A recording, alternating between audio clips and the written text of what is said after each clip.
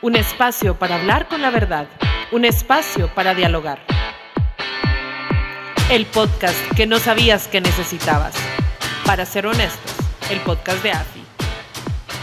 Bienvenidos a un episodio más de Para ser honestos. Hoy tenemos el honor de tener no solo un tema muy interesante y necesario para nuestra causa, sino además un invitado de honor, que además, que la mayoría en AFI somos su fan, es muy amigo ahora nuestro y vamos a conversar hoy a un nivel filosófico, vamos a conversar a un nivel más estratégico y profundizar el tema del primer episodio.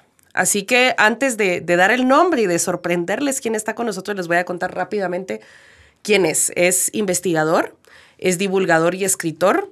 Su último libro, Las Cuatro Puertas, Cómo encontrar el coraje y el sentido en un mundo cada vez más delirante, que fue publicado por la editorial Paidós de Grupo Planeta hace unos meses.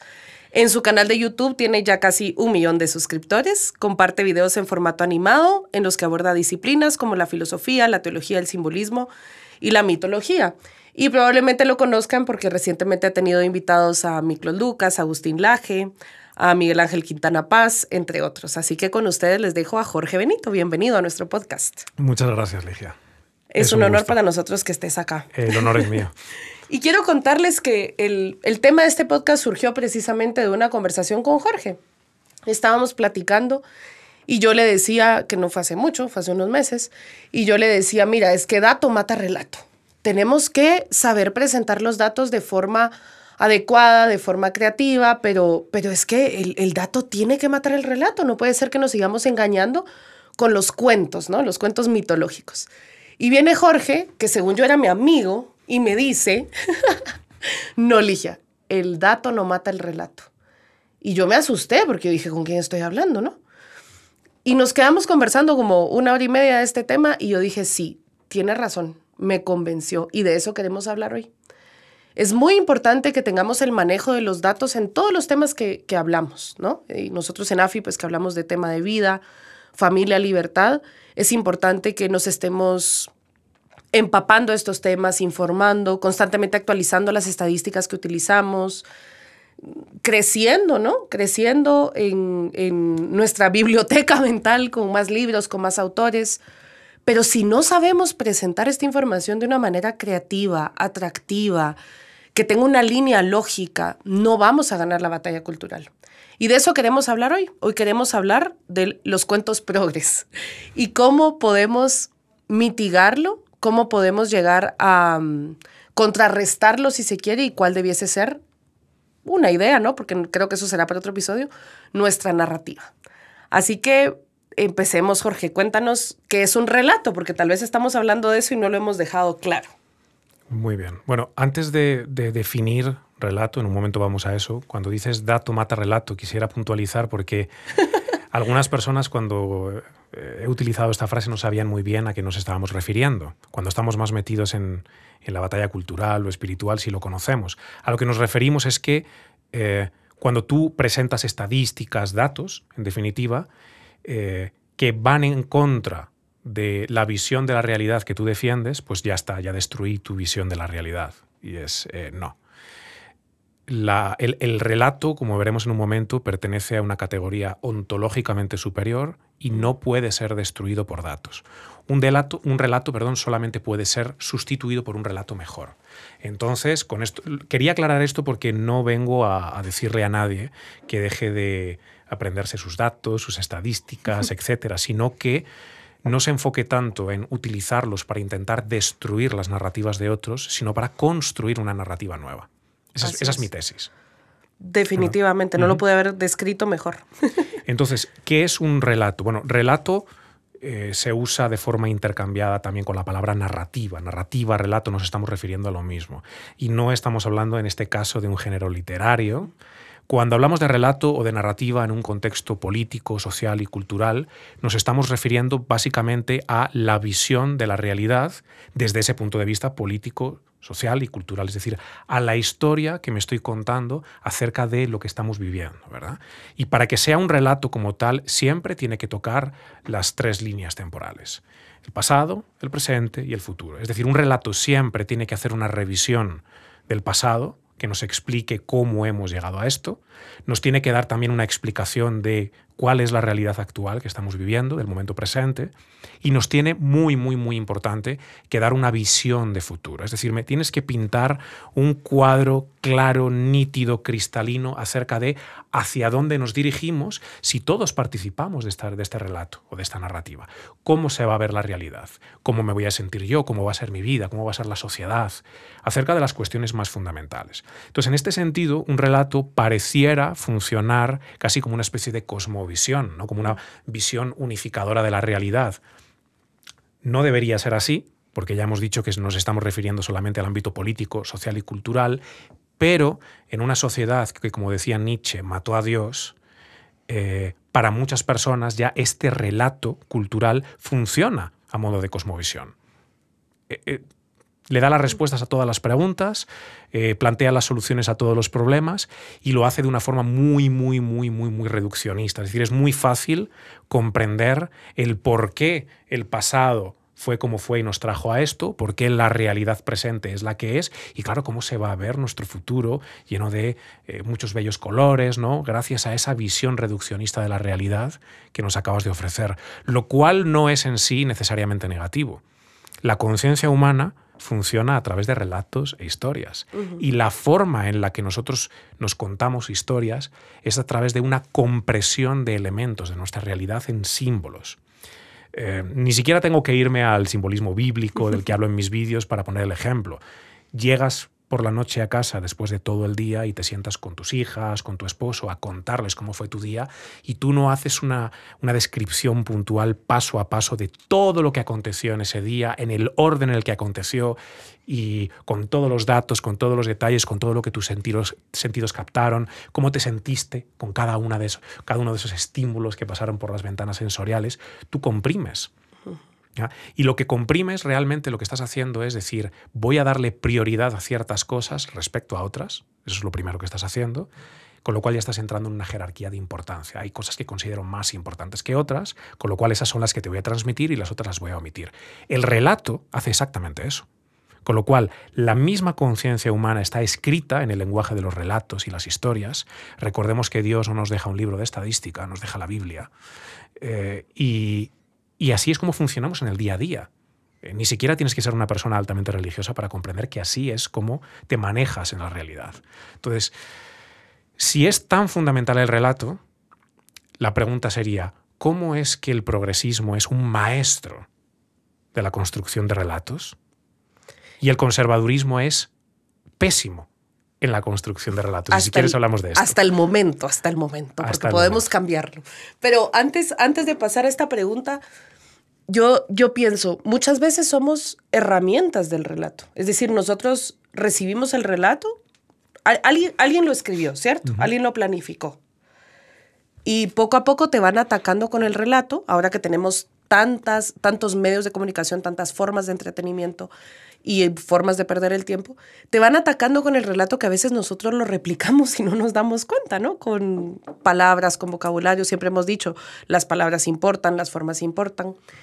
Pero mi pregunta es, ¿cómo podemos, en cualquier relato, no solo en el relato progre o el relato conservador, cómo podemos saber que aquellas definiciones, concepciones, incluso predisposiciones o prejuicios que tenemos son resultado de un relato que nos contaron y que no precisamente creemos en él? ¿Me explico? Porque a veces yo veo gente que es muy estudiada, muy académica, que además tiene muchísimos buenos valores, buenos hábitos, que confía en nuestra causa, por ejemplo, y está usando la palabra género, por ejemplo. O se pone a usar lo que hablábamos la vez pasada, es que somos muy privilegiados, ¿no? Entonces uno dice, ¿pero en qué momento te absorbió tanto el relato que ya lo estás replicando? Entonces, ¿cómo es esa mecánica humana? Bueno, Carl Jung hablaba de un concepto llamado la posesión ideológica. ¿Verdad? La ideología contiene un relato. Es ese conjunto de ideas, conceptos, mantras ideológicos que me dan respuestas a situaciones cotidianas, me dan una visión de la realidad, como decía, política, social, cultural, pero también personal. Y entonces yo muchas veces lo que hago es adherirme a esas ideas por conveniencia. Realmente me conviene una realidad en la que me estás llevando hacia ese paraíso que me has pintado. Entonces, normalmente Carl Jung decía que las personas que cayeron en la posesión ideológica eran personas que no habían sabido integrarse a sí mismas. Pero bueno, sin irnos tanto a estos conceptos filosóficos, antes hablaba de la cosmovisión. Cuando tú tienes una cosmovisión puramente materialista, naturalista, cuando ya mataste a Dios y dijiste, no, ¿sabes qué? Todo lo que hay es esto, es materia, ¿verdad? No existe nada más. Entonces, si no existe nada más que la materia y mi interacción con la materia es a través de los sentidos, ¿no será que al final la realidad va de aquello que me sea más placentero, más conveniente, más cómodo a la hora de interactuar con la realidad? Porque claro, si esa es la visión última unificadora de la realidad, ¿qué más hay que eso? No debe haber nada más, ¿verdad? Entonces, al final lo que tenemos en el progresismo es una consecuencia lógica de una cosmovisión atea, materialista, naturalista. Cuando tú tienes una cosmovisión teísta, necesariamente tienes una visión trascendente de la realidad. Y en una visión trascendente de la realidad tienes algo llamado el sentido de la vida, ¿no? Que es una de las crisis mayores que tenemos actualmente. Tenemos a multitud de personas trabajando en el sector clínico que, a pesar de estar especializadas en el tratamiento de traumas, de neurosis, etc., reciben una y otra vez a pacientes que hablan de la falta de sentido. La falta de sentido básicamente es la falta de trascendencia, porque el sentido, por definición, es algo que nos trasciende. No es algo que yo me puedo inventar caprichosamente. Es algo que va más allá de mí y algo que se me revela, algo que descubro, ¿verdad? Bueno, en el momento en el que yo tengo una cosmovisión materialista, lo que me queda al final es mi subjetividad. Es, bueno, ¿cómo hago que esta realidad sea más placentera para mí? Me voy a adherir necesariamente a ideologías que me vendan una visión de la realidad que a mí, inicialmente, se me vende como más placentera. Ideas como la responsabilidad individual, o la idea de sacrificio, que es la idea última del cristianismo, son ideas que son totalmente descartadas porque realmente no tienen ningún sentido.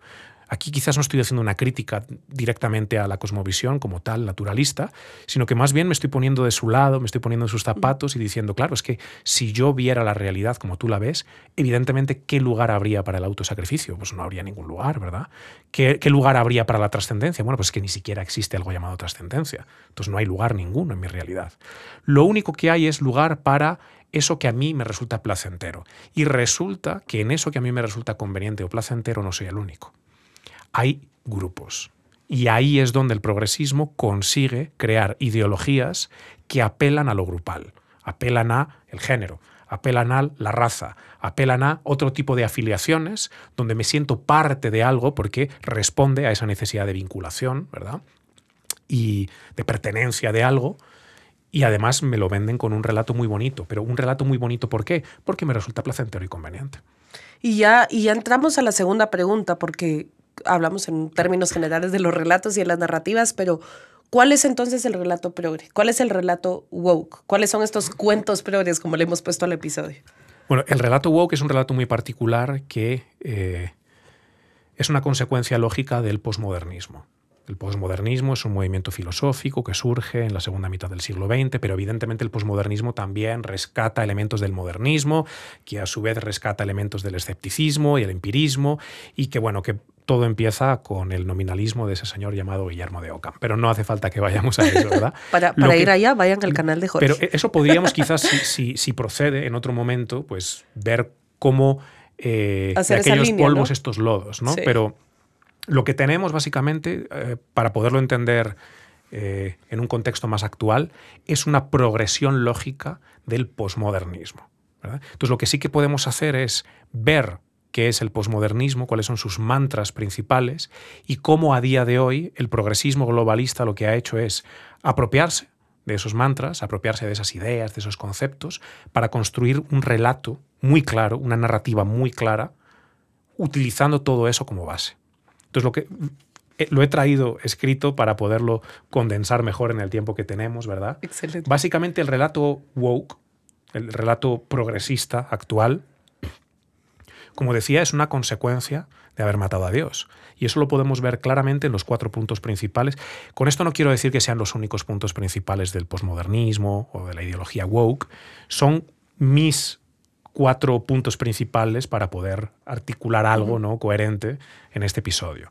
Primero, no hay verdad ni realidad. Es decir, el teísmo propone que hay una verdad última, objetiva, ellos proponen lo contrario. En segundo lugar, dice, hay que tolerarlo todo. Y ahora vemos a qué nos referimos a eso. Pero, de nuevo, es una negación de las jerarquías espirituales del cristianismo, donde hay cosas que son tolerables y cosas que no son tolerables. En tercer lugar, todo es poder. Esto es otro de los mantras básicos del progresismo. Todo es poder. Todos son relaciones de poder. Incluso tú con tus hijas, tú no te estás relacionando con ellas en base a algo llamado amor. No. Siempre es una relación de poder. Quieres imponer tu voluntad sobre ellas. Y en último lugar, el lenguaje lo único que hace es conectar con más lenguaje, porque como no hay realidad ni hay verdad, pues el lenguaje es algo ambiguo, superfluo, algo etéreo, que solo conecta consigo mismo, pero no conecta con ninguna realidad material. Entonces, ¿para qué sirve el lenguaje? Bueno, el lenguaje sirve básicamente, solamente, como una herramienta de poder. El lenguaje tú no tienes que utilizarlo para ser lógico o para tender lazos, porque ser lógico y tender lazos son consecuencias del logos. Ya estamos entrando en conceptos un poco filosóficos, pero el logos es la segunda persona de la Trinidad. El logos es la palabra, que en la antigua Grecia el logos era un término que se refería tanto a la inteligibilidad del universo, ¿no?, como a mi propia inteligencia. Pero claro, si tú niegas esa trascendencia, si tú niegas el logos, si tú niegas a Dios, niegas la cosmovisión teísta y eso no lo tienes en tu relato, entonces tampoco puede haber lógica, porque de ahí viene lógica, viene de la palabra logos. Entonces no puedes abordar la realidad desde un punto de vista lógico, y de hecho ni siquiera tiene sentido hacerlo, pero tampoco puede haber diálogos, que ahí también se contiene la palabra logos, con lo cual yo no puedo conocer el mundo, solo me lo puedo inventar en mi mente, pero tampoco puedo conocer al otro y acercarme a él y tender puentes. No puede haber diálogo, no puede haber acercamiento. Lo único que puede haber con el lenguaje es relaciones de poder. Estos son los 4 mantras básicos. Ahora bien, el woke, o el que se adhirió a la narrativa woke, él no tiene que conocer todos estos principios. Exacto. Y ese es el triunfo de la narrativa. Ahora vamos a ver cómo muchas veces en nuestro día a día nosotros estamos adheridos a una narrativa progresista y no teníamos ni la menor idea de hasta qué punto esos mantras, esas pequeñas versiones reducidas, condensadas del relato, nosotros los repetimos y estábamos poniéndonos del lado de los woke, pero no sabíamos que lo estábamos haciendo. Pero esto queda claro, ¿verdad? Sí, no, clarísimo. Y como tú bien dices, no cualquiera que sea militante, si tú quieres, ¿no?, o influencer de la agenda progre, va a conocer esos 4 mantras así, no. aunque los replique, los repita, sí, y continúe construyéndolos. Participa de ellos. Participa, correcto. Y los celebra, pero sin saber exactamente cuáles son sus raíces, cuáles son sus propósitos, de dónde vienen, hacia dónde nos quieren llevar. Obviamente, la persona que está inmersa en el día a día no tiene muchas veces este conocimiento, pues porque hay que hacer ciertos esfuerzos para conocer todo esto, ¿no? Claro. Pero bueno, básicamente no hay verdad ni hay realidad. Ese es el primero. O sea, ellos decían la objetividad como tal es un mito, ¿no? O sea, no hay verdad, no tiene sentido hablar de verdades allá afuera, y los valores mismos, bueno, son productos, pues, socialmente subjetivos, ¿no? Cada cual tiene los suyos y son todos igualmente válidos.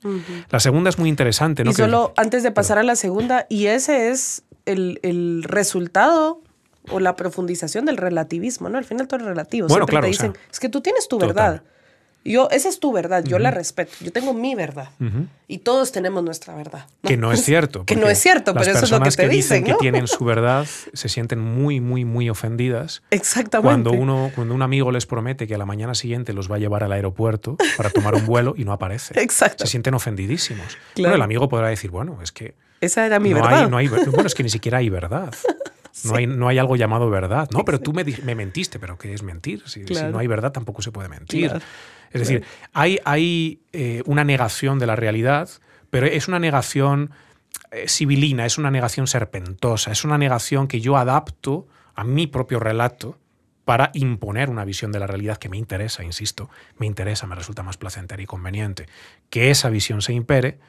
Pero en realidad en mi día a día no soy capaz de vivirlo, ¿verdad? Soy capaz de vivirlo en un tema político, a veces en un tema cultural, cuando estoy metido en mis batallas, ¿no?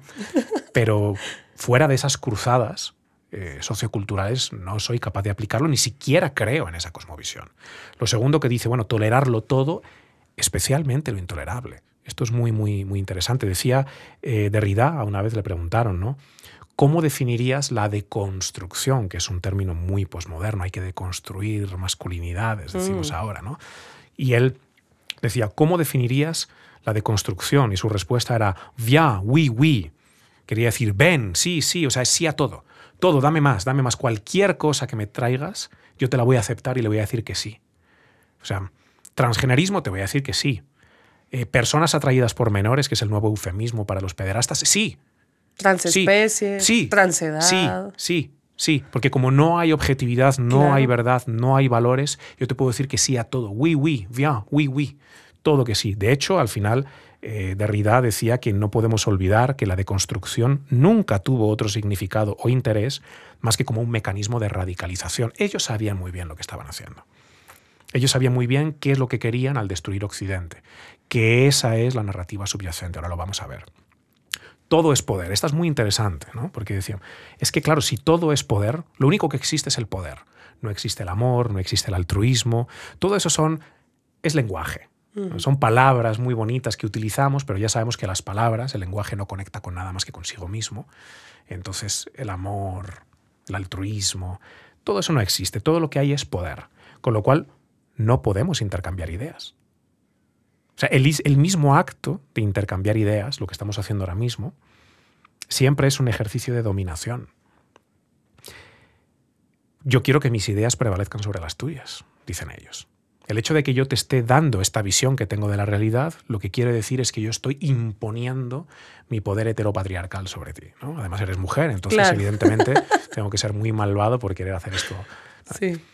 Y, como decía, al final el lenguaje es un arma. Antes del lenguaje, Jorge, con esto que me dices de la relación de poder, a mí me hace pensar en Marx, en toda su dialéctica marxista, ¿no? Como él entendía la historia, que es una cosmovisión interesante. Bueno, yo como politóloga me parece interesante.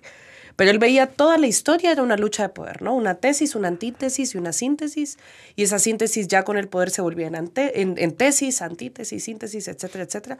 Que evidentemente su dialéctica en la historia tuvo un error, ¿no? Porque él decía que después del socialismo esa tesis iba a quitar el poder, iba a quitar las propiedades, iba a hacerse con el poder, iba a ser una especie de dictadura, pero después, altruistamente, iba a repartir todo de acuerdo a las necesidades y la gente iba a trabajar de acuerdo a sus capacidades.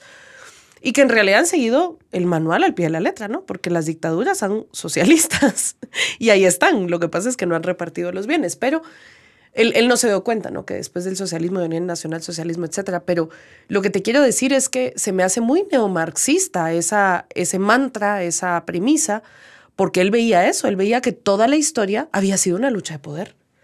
Entonces, me llama mucho la atención que me lo digas, porque yo siempre he tenido la tesis que el progresismo es neomarxismo en su mejor expresión, sí, en nuestro lenguaje. Es una versión neo.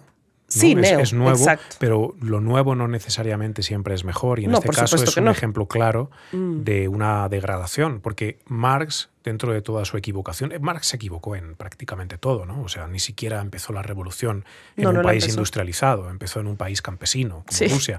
Pero más allá de todas estas equivocaciones, él sostenía de alguna manera una visión optimista de un ser humano que emerge con un sentimiento de hermandad.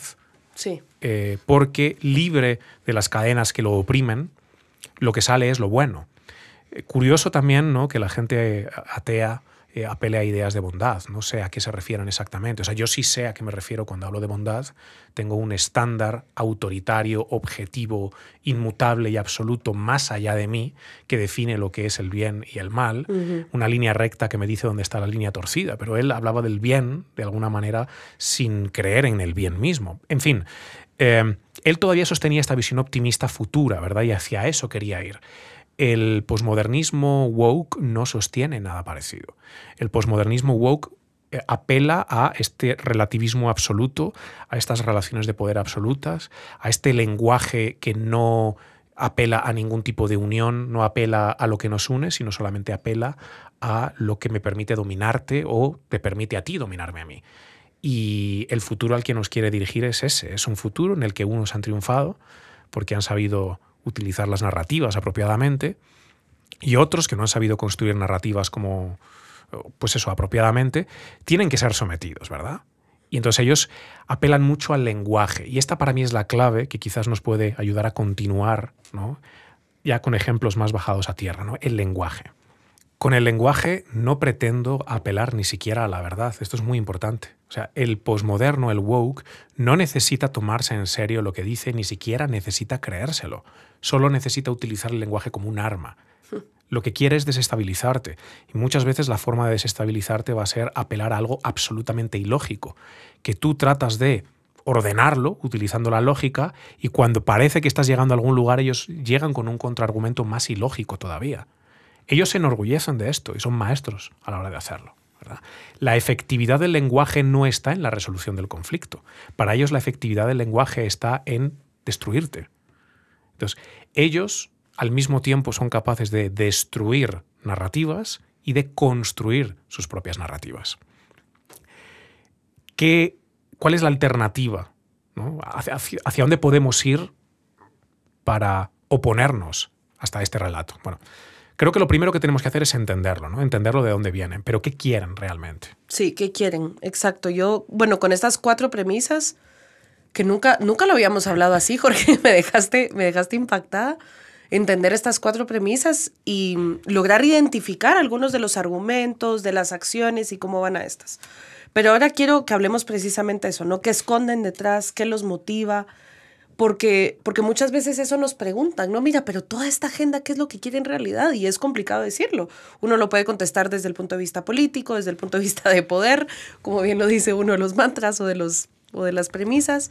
Lo puedes contestar desde un punto de vista económico, desde un punto de vista espiritual, si quieres, pero para construir todo este relato que tú nos has descrito, ¿qué hay detrás? ¿Cuál es su verdadera agenda? ¿Cuál es su verdadero objetivo? ¿Y qué los motiva a seguir con tanto ahínco trabajando en ella? Bueno, ellos, el objetivo número 1 es la destrucción de Occidente.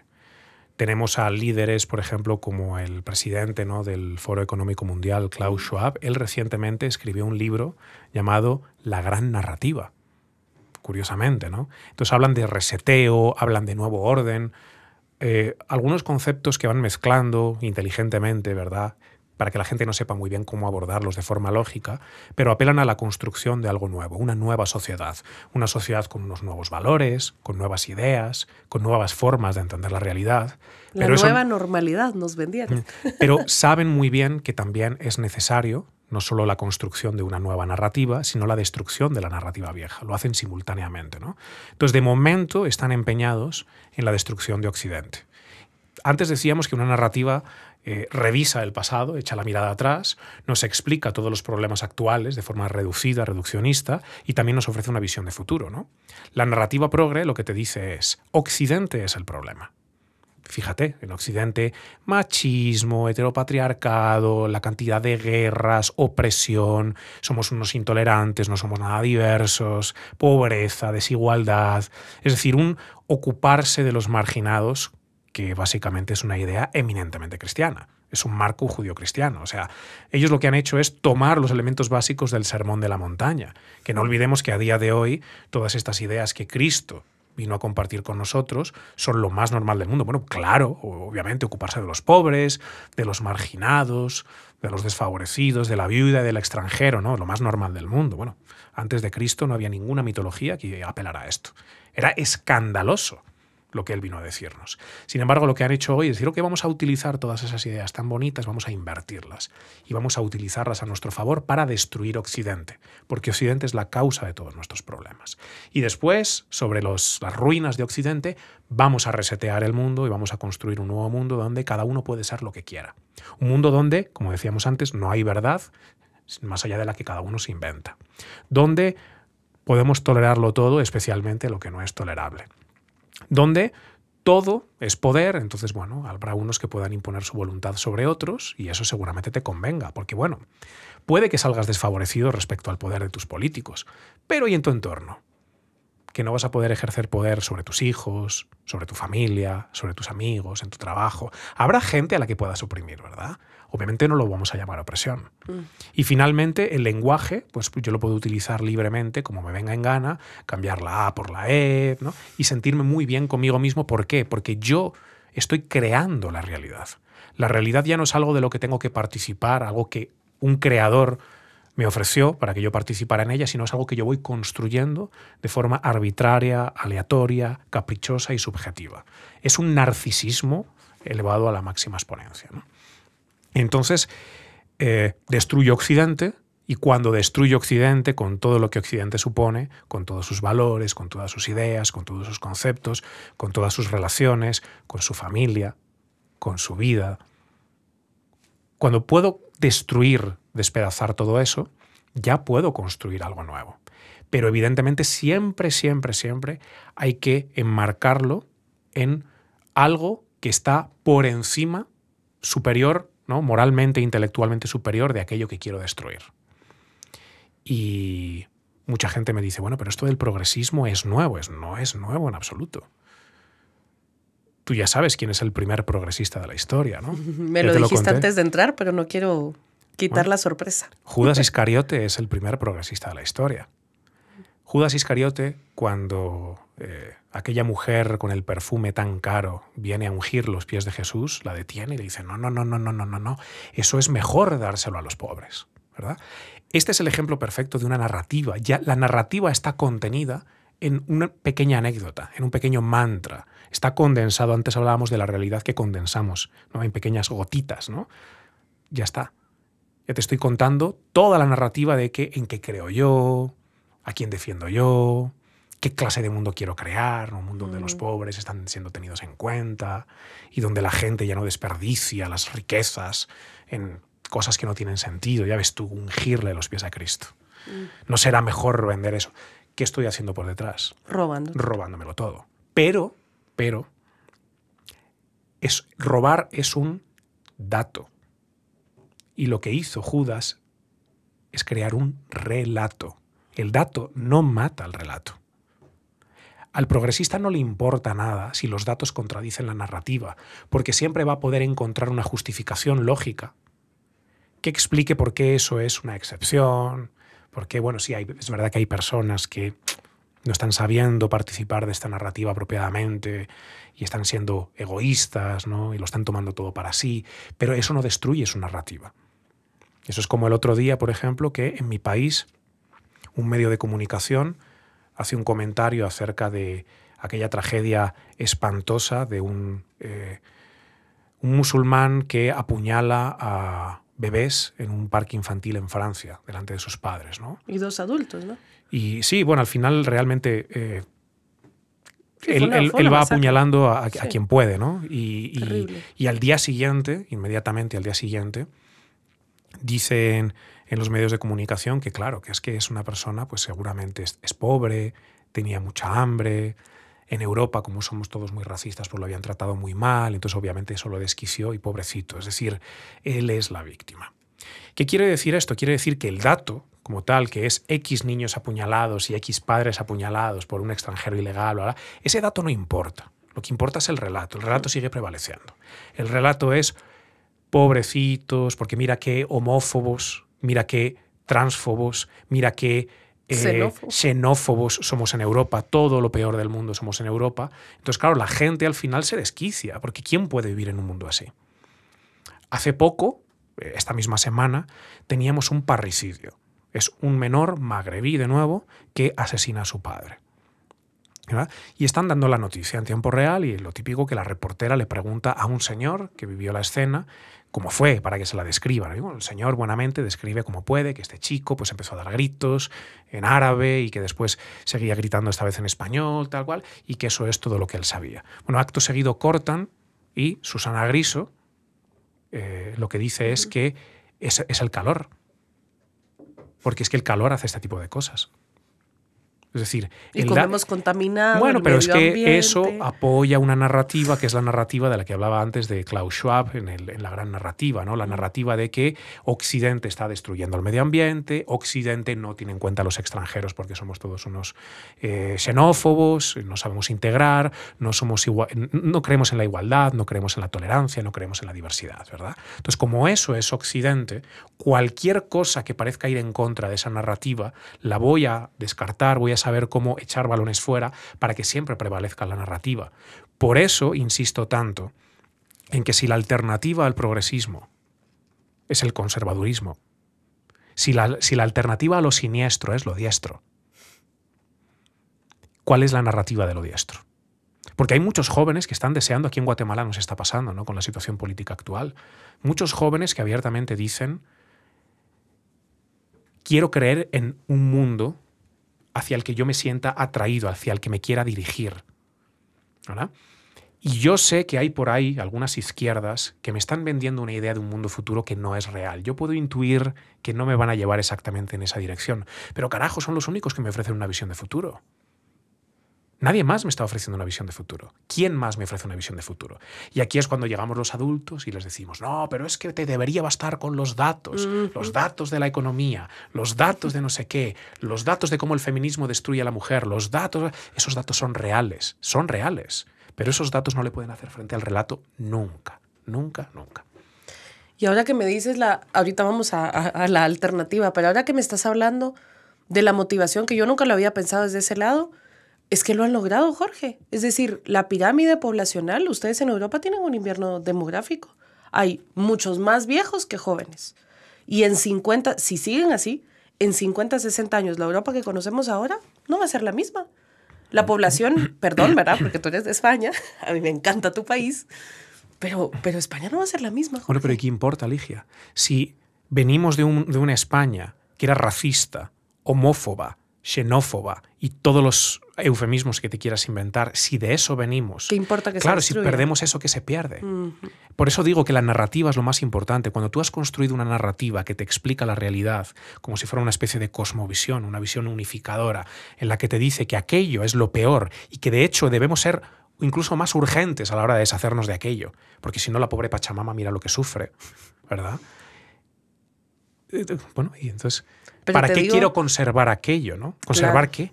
Pero te digo que ha calado tanto la narrativa que hasta la pirámide poblacional se invirtió. Y en Guatemala no estamos tan lejos, ojo. En Guatemala todo el mundo dice, no, es que en Guatemala todo el mundo tiene 8, 10 hijos y ustedes de verdad tienen que tener menos hijos porque cuántos pobres. Y estamos a 0.3% por encima de la tasa de reposición poblacional. Es decir, en un par de años, si seguimos en el mismo ritmo, ya no vamos a tener reposición poblacional en Guatemala. Sí, pero este dato que acabas de dar, que me parece muy interesante, ¿sabes qué significa para una persona que realmente cree que estamos depredando el planeta Tierra y que deberíamos reducir la población mundial a 500 millones de personas? Quien cree en ese relato, este dato que tú le has dado, ¿sabes qué significa para él? Que el peor contaminante... No significa nada. No lo ha escuchado, ni le ha valido de nada. Tu dato no demuestra nada. Sigo creyendo en lo que creía, quizás incluso con más fuerza, porque de repente me caes mal. Claro. No me gusta cómo lo dijiste, no me gusta tu tonito. Claro. ¿Verdad? El relato va a prevalecer, ¿no? Y además el relato, la izquierda ha sabido meterlo dentro de la sociedad de forma muy inteligente con mantras. Y aquí voy a lo que decíamos antes de cómo muchas veces estamos participando en un relato progresista sin saber que estamos participando en un relato progresista. Ellos han sido maestros de, con una pequeña frase o mantra que repetimos una y otra vez, apelar a un relato completo que te explica el pasado, te da una visión coherente del presente y también te lleva a un futuro muy claro, muy nítido para ti, que tú puedes hacerte una idea de hacia dónde te estás dirigiendo. Ni una menos. Ni una menos. Bueno, esto es un mantra feminista, ¿verdad? Ni una menos. Salimos a gritar ni una menos. Bueno, ni una menos es un ejemplo clarísimo de narrativa. Ni una menos me dice que venimos de un mundo donde el hombre oprime a la mujer, donde el macho ha estado aprovechándose de la mujer a todos los niveles, donde las relaciones hombre-mujer no han sido basadas en el amor, sino en el poder, insisto. Eso es lo que dice el posmodernismo. Todo es poder y la mujer ha salido perdiendo. Y luego podemos apelar incluso a otros conceptos, que si techo de cristal, que si brecha de género, etcétera, etcétera, etcétera. De ahí venimos, ¿no? Y bueno, más o menos acabo también de hacer una radiografía, un diagnóstico del momento actual. Es un momento en el que la mujer está sufriendo. ¿Por qué? Porque nos están matando. Y también te estoy diciendo claramente hacia dónde me quiero dirigir, hacia un mundo en el que no haya nunca jamás una sola mujer asesinada a manos de un hombre. A excepción la que está en el vientre, ¿no? Porque ellas... De los niños, de los más vulnerables que crecen en el vientre materno, de esos mejor no hablemos. Porque claro, a lo mejor ahí podríamos entrar en algún tipo de conflicto, valores, moral. Estamos hablando de mujeres, adultas, ¿verdad? Bueno, ni una menos. Date cuenta cómo algo tan sencillo como ni una menos, que yo repito una y otra vez, ya me acaba de dar un relato completo, una visión coherente de la realidad, de un pasado, de un presente y de un futuro. Totalmente. Ahora bien, ¿cómo puedo hacer yo realidad un futuro así? ¿Cómo? ¿De qué forma podríamos construir un futuro en el que jamás, nunca, un solo hombre asesine a una sola mujer? Desconstruyendo al hombre. Volviéndolo mujer. Es una utopía babilonesca. Porque ellas dicen que cualquier hombre es violador y asesino hasta que se pruebe lo contrario, ¿no? Sí, pero esa es una. Pero otra, que esta es a la que realmente se quiere dirigir el progresismo globalista, es un control absoluto y total de todos los aspectos de la realidad. Si lo que quiero es controlar tu mente, pero quiero controlar tu cuerpo, pero quiero controlar tu comportamiento, ¿verdad? Quiero controlarlo todo, quiero apropiarme de ti al completo, ¿verdad? Yo lo que te tengo que contar es que si te dejo suelto, si te dejo un mínimo de libertad y de autonomía individual, tú con esa soberanía lo que vas a hacer es andar por ahí matando mujeres. Entonces, ¿qué puedo hacer para evitar eso? Entonces, por el bien común, lo que voy a hacer es apropiarme de ti. Por eso digo que es un proyecto babilonesco, ¿no? Es como la Torre de Babel. Quiero hacer un control de arriba abajo absoluto. Ahora bien, el progre que dice ni una menos es capaz de articular todo esto y llegar tan lejos. No, muchas veces lo dice de forma genuina, ¿no? Qué bonito sería un mundo en el que ni una mujer más muriera a manos de un hombre. Bueno, qué bonito sería. Tengo esposa y 2 hijas. Qué bonito sería. ¿Es posible? No lo es. No lo es. ¿O es que jamás va a haber psicópatas? Que sabemos que más o menos son entre el 8 y el 10% de la población. Y sabemos que a lo mejor algunos de esos psicópatas pueden tener tendencias asesinas. Es que jamás ningún psicópata, nunca un enfermo mental, va a asesinar a otra persona. Es imposible. Sin embargo, cuando yo apelo a ciertos relatos que me reducen la realidad a mantras que puedo entender y que puedo repetir fácilmente, no me planteo este tipo de cosas. Cero COVID.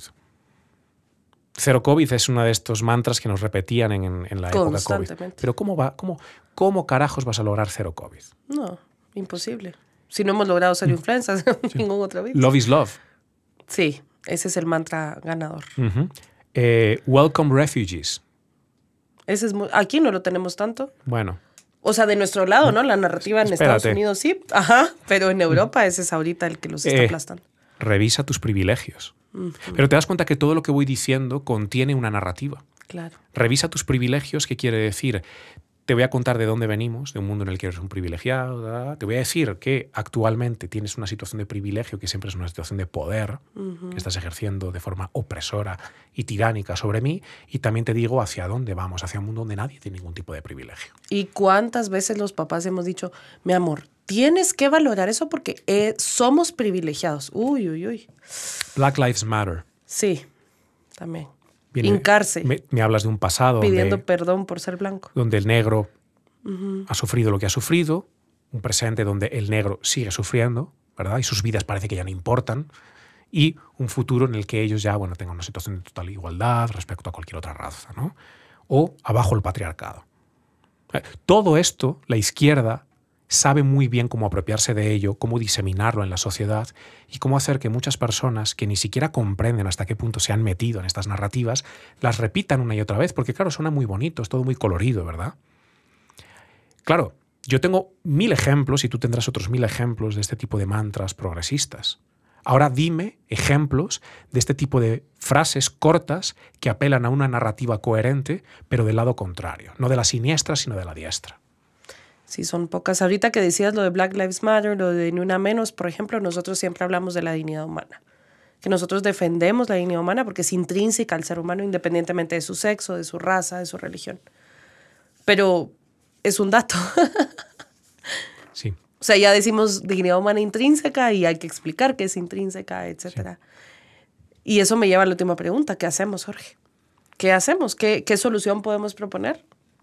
Bueno, yo lo que estoy tratando de hacer con todas mis conversaciones, con todos los lazos que voy formando, con tanta gente interesante que estoy conociendo, es tratar de compartir esto para decirles que hay que subir la intensidad un poquito más del trabajo que ya se viene haciendo. Hay gente que está haciendo un trabajo muy bueno en el ámbito de la batalla cultural, presentando datos demoledores, lo saben hacer además muy bien porque son grandes comunicadores y saben también demoler ciertas narrativas o ciertas aristas de la narrativa, ¿no?, que poco a poco se van cayendo, ¿no? Bueno, a lo que me refiero con subir un poquito el nivel de intensidad es a, paralelamente, tratar de construir una visión que le podamos comunicar de forma clara y coherente a esos jóvenes que están esperando eso de la diestra, ¿no? Lo llamo la diestra con intención, ¿verdad? Sí. Es lo que se opone a la siniestra. Sí, sí. ¿Verdad? Y la diestra debe hacer eso, es necesario que haga eso. Ahora, evidentemente lo que no puedo hacer es escúchenme todos, ya tengo el relato perfecto, aquí lo tienen, ¿ah? Y a partir de ahora copy-paste.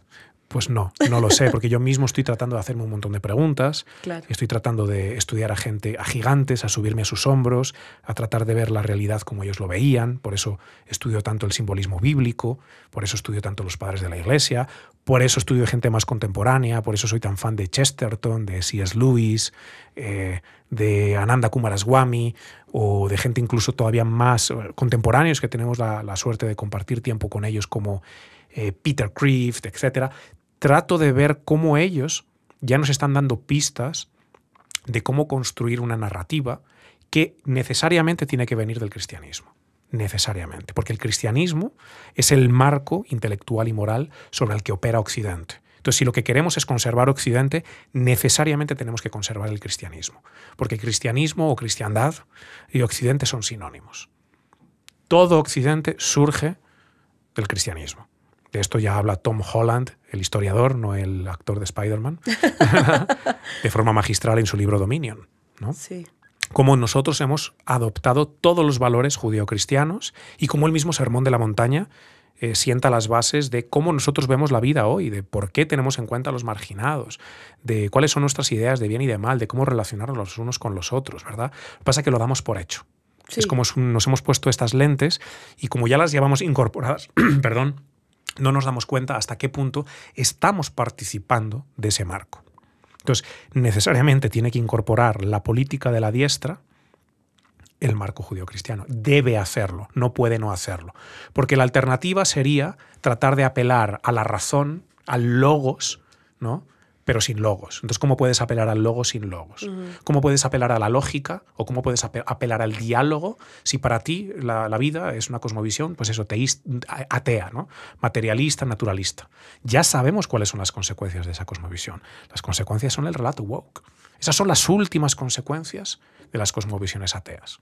Bueno, entonces tendremos que regresar. Entonces, sé que a todos nos encanta pensar en la idea de progreso. Entendemos la historia como una especie de línea recta, ¿no?, donde lo de atrás, lo viejo, aquello que era, no solo estaban equivocados, sino que además eran crueles, no eran considerados, eran muy supersticiosos, eran tontorrones, más bien, ¿verdad? Y ahora, pues bueno, nosotros estamos mucho más avanzados que ellos a todos los niveles. Y si bien esto es cierto en áreas como la ciencia y la tecnología, no es cierto en áreas como el arte. ¿O me vas a decir que una inteligencia artificial, solo porque es una tecnología puntera, moderna y futurista, va a escribir, si le mandas a escribir un poema, ese poema va a ser mejor que todos los poemas que hemos escrito antes? Sí, no. No aplica tampoco en la literatura, no apela en la arquitectura, en la pintura. Hay muchas otras áreas de desarrollo humano que surgen de lo trascendental, de la conexión con la trascendencia, en la que, lejos de progresar, nos hemos degenerado, ¿no?, por completo.